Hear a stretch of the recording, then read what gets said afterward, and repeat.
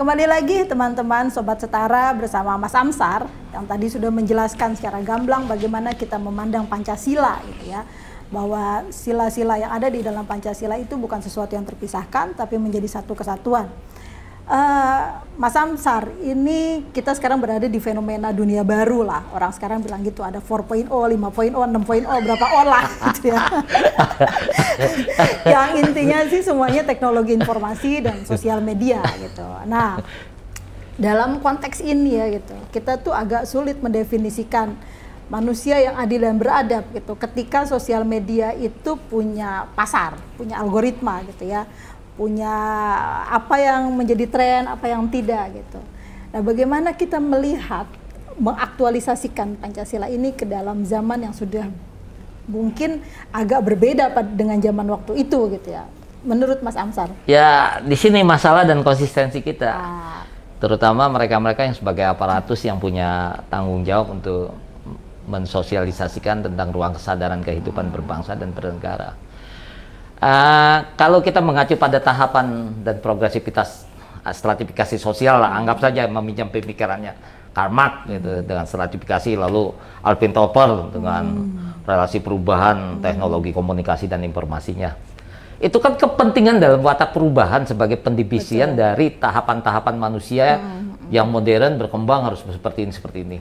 Konsep nilai tidak seperti itu. Ketika nilai kemanusiaan itu diletakkan dengan tidak terhormat, ya di situ dia sudah melakukan penganiayaan, diskriminasi ya sebagai satu relasi yang tidak pada tempatnya. Jadi modernisasi itu kan bentuknya kalau mau kita letakkan sebagai satu kepentingan ekonomi, keekonomian sih, mengambil keuntungan sebanyak-banyaknya lalu mengeksploitasi itu sebagai sumber daya dari keuntungannya. Itu dulu kita letakkan. Tapi konsep nilai dalam tata kehidupan bernegara dia konstanta, tidak berubah, tapi dia mendinamisasi sebagai ruang kesadaran yang memang kalau dalam bahasanya para rejim mendinamisasi sekaligus menstabilisasi dalam tata kehidupan, gitu loh. Jadi dia elan geraknya itu selalu bisa beradaptasi dengan suasana kebatinan sekaligus perubahan yang ada. Kalau kita meminjam pada konstruksi NU misalnya, menjaga tradisi dan memperbarui tradisi. Nah, ideologi Pancasila sebetulnya menjaga otoritas nilai yang menjadi kesepakatan domain sangat konstanta itu yang tidak bisa dirubah. Tapi juga memperbarui pada relasi dan interaksi sosial yang terjadi dalam bangunan, dalam ruang-ruang kesadaran ekonomi, atau kalau bahasanya Hankamnasnya Ipolexos sebut Hankam itu satu relasi ideologi, politik, ekonomi, budaya gitu, termasuk pertahanan dan keamanan nasional yang semuanya tercermin sebagai satu kepentingan atas hadirnya negara di situ sebetulnya. Jadi nggak ada kaitannya dengan PowerPoint ini segala macam gitu. Itu kan analisis dari sebuah relasi perubahan atas nama ya yang sekarang kita lihat sebagai dunia digital. Yang isinya hoax. Ya gitu itu kan. Dia kan dengan dunia digital itu kayak ada konsekuensi kebebasan hampir tanpa batas gitu. Bukan kebebasan, memang mereka akan mengeksploitasi ruang kesadaran manusia.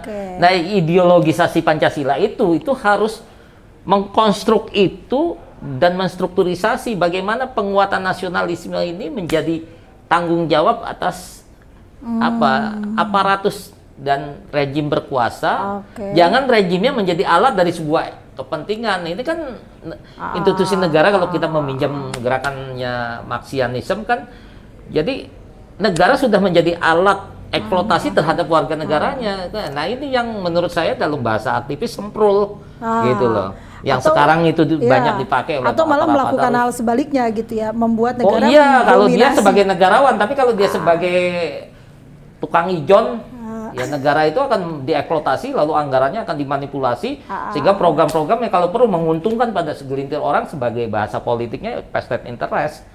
Di situ yang sebetulnya pensikapan kritis kita sebagai warga negara itu harus meletakkan ruang kesadaran untuk selalu paradigma kritis kita ke depan nih, gitu, termasuk konflik-konflik yang terjadi di masyarakat yang ada. Itu juga jangan-jangan bagian dari relasi yang ditumbuhkan sebagai upaya pengembangan supaya mereka tidak dikontrol oleh ruang kesadaran masyarakat yang citizenship-nya ini gitu. Ya.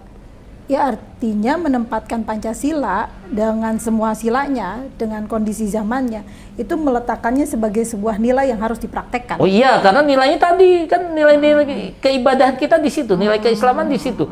Kan sama aja begitu kita syahadat juga, bagaimana konsekuensi syahadat itu merupakan tindakan sekaligus implementasi dalam cara kita berpikir dan cara kita berrelasi sebagai manusia.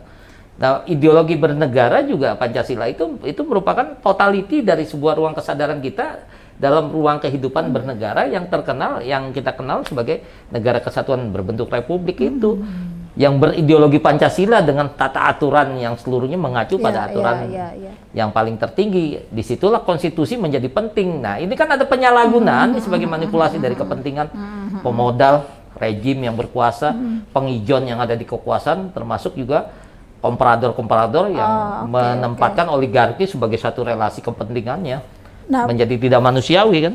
Mungkin ini yang sebenarnya bukan hal yang sulit gitu ya, tapi menjadi sesuatu yang buat saya sendiri gitu ya, Mas Amsar, ini missing di banyak hal. Karena seringkali Pancasila itu diterjemahkan secara tekstual gitu. Jadi misalnya untuk bicara manusia yang adil dan beradab, kemudian menggunakan dalil itu, satu rezim itu bisa membuat satu kebijakan gitu ya untuk melarang menyampaikan suara-suara tertentu dengan menggunakan dalil itu gitu. Karena nilai-nilai itu kan ternyata perlu ruang kesadaran yang secara umum kalau kita bicara masyarakat Indonesia tidak semua sampai ke ruang kesadaran itu gitu. Iya, tapi menunggu ruang kesadaran itu diciptakan sama rejimnya tidak akan, maksudnya gini, kesadaran rejim untuk memunculkan ruang kesadaran untuk mengkritisi tentang kekuasaannya itu juga anomali, sesuatu yang nihil gitu loh.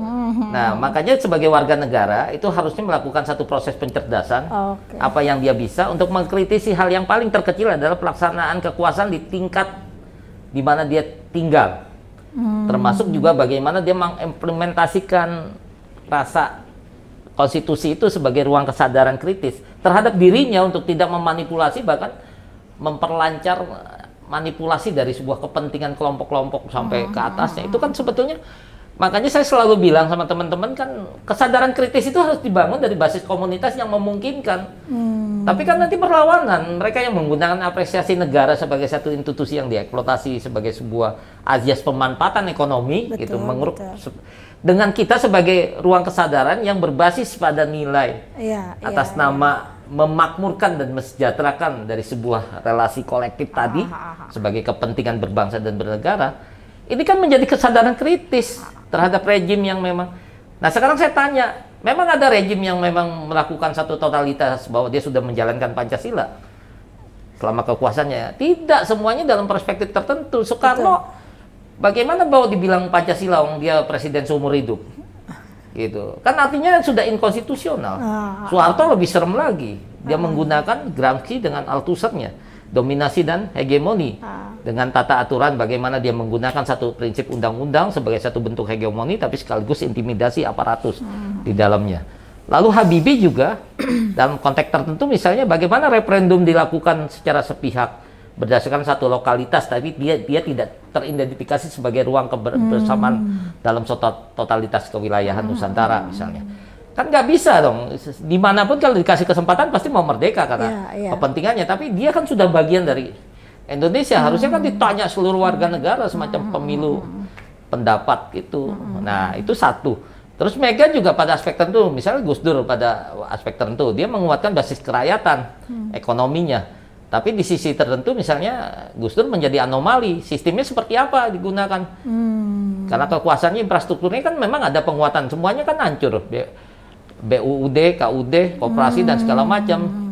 Ini sudah merupakan relasi yang menurut saya juga ya akhirnya inkonsistensi kan gitu. Hanya cuman semacam Mega apalagi kan meluruhkan Gus Dur gitu. Pada sisi tertentu lagi dia dengan otomatis ini kan seluruhnya relasi permainan politik, termasuk SBY yang memanipulasi anggaran berdasarkan kepentingannya. Lalu Jokowi sekarang sebagai relasi seolah-olah arus bawah, tapi pada aspek tertentu kan kita lihat sangat oligarki dan sangat elitis. Hanya seluruh anggaran itu habis nggak jelas gitu program yang. Nah, sekarang kita tanya, rejim itu rejim itu akan melakukan. Jadi gini, kalau kita meminjam Acton itu kan kekuasaan itu cenderung korup gitu loh. Iya, iya. Cenderung korup, dan dia akan memanipulasi ruang kesadaran masyarakat untuk kepentingannya, untuk membangun status quo-nya. Pakai 3 periode lagi kan. Artinya kan inkonstitusional gitu loh. Ya konstitusi bisa dirubah, tapi konsistensi sebagai kesepakatan kolektif itu kan memanipulasi ruang kesadaran masyarakat. Itu yang sebetulnya bukan usang. Konsep komitmen kita terhadap nilai itu benar nggak kita meletakkan satu prinsip kenegaraan yang mencerdaskan masyarakat, bahwa masyarakat juga punya hak yang sama untuk menjadi pemimpin gitu kalau dibuka sebagai ruang kesadaran berwarga negara. Kan diatur dalam undang-undang di situ. Masa betul, anak lu aja? Betul. Masa besan lu aja? Masa kroni lu aja atau vested interest semua yang ada gitu. Itu masalah gitu. Dan di situ konsistensinya memang terhadap relasi ideologis. Dalam proses itu ya Mas Amsar, yang kemudian membuat orang dalam tanda kutip merasa kecewa. Kalau dulu ada istilah, bukan dulu sih sampai sekarang, ada istilah kesaktian Pancasila gitu, karena ternyata Pancasila itu belum ditempatkan sebagai sebuah nilai yang hidup, karena kan berulang-ulang. Pasti kalau misalnya kita berpikir gitu ya sebagai salah satu masyarakat bagian, ketika kita bicara Pancasila itu kita juga mengharapkan punya tauladan, punya figur. Dan sepanjang proses Indonesia gitu ya, dari mulai merdeka, dari mulai Pancasila ditetapkan sampai dengan hari ini, masyarakat atau rakyat Indonesia sendiri, saya tidak bisa mengatakan bahwa mereka dikecewakan pemerintah, karena mungkin pemerintah juga berpikir dikecewakan masyarakat gitu kan. Artinya ada misling sepanjang ini. Mas Amsar akan menjelaskan ini di sesi berikutnya. Jadi teman-teman tetap di sini, kita akan mendengarkan kembali penjelasan dan keterangan yang sangat lugas, yang sangat jelas, detail dari Mas Amsar setelah beberapa hal berikut ini.